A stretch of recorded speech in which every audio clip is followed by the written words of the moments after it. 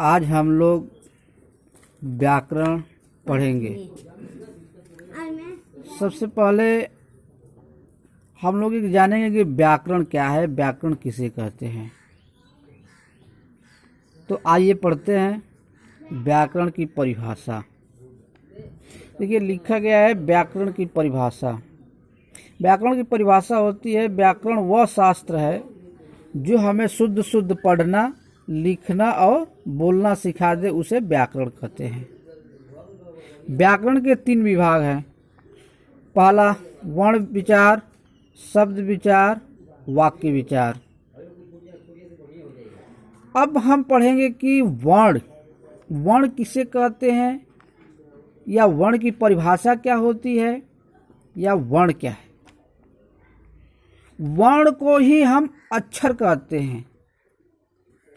अभी परिभाषा हम नहीं पढ़ेंगे, जान लेंगे कि वर्ण को ही हम अक्षर कहते हैं।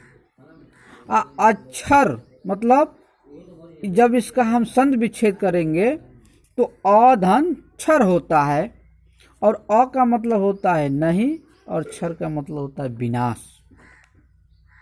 जिसका विनाश न हो सके उसे ही अक्षर कहते हैं।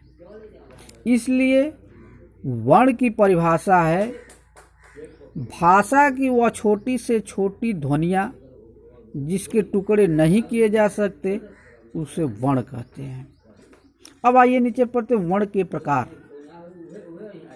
वर्ण के 3 प्रकार होते हैं।